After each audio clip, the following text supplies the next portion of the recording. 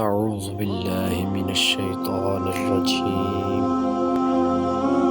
بسم اللہ الرحمن الرحیم۔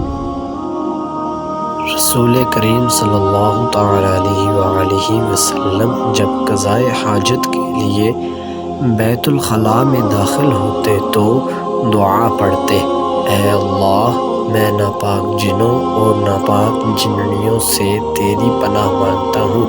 صحیح بخاری شریف باب وضو کے بیان میں حدیث نمبر 142۔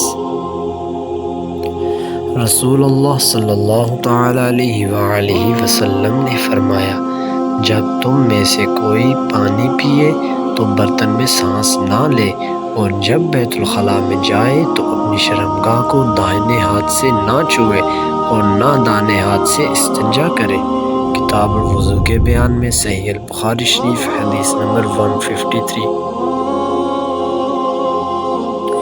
رسول اللہ صلی اللہ تعالی علیہ وآلہ وسلم نے فرمایا کہ جب تم میں سے کوئی بیت الخلاء میں جائے تو قبلہ کی طرف منہ نہ کرے، اس کی طرف پشت بھی نہ کرے، بلکہ مشرق کی طرف منہ کر لو یا مغرب کی طرف منہ کر لو۔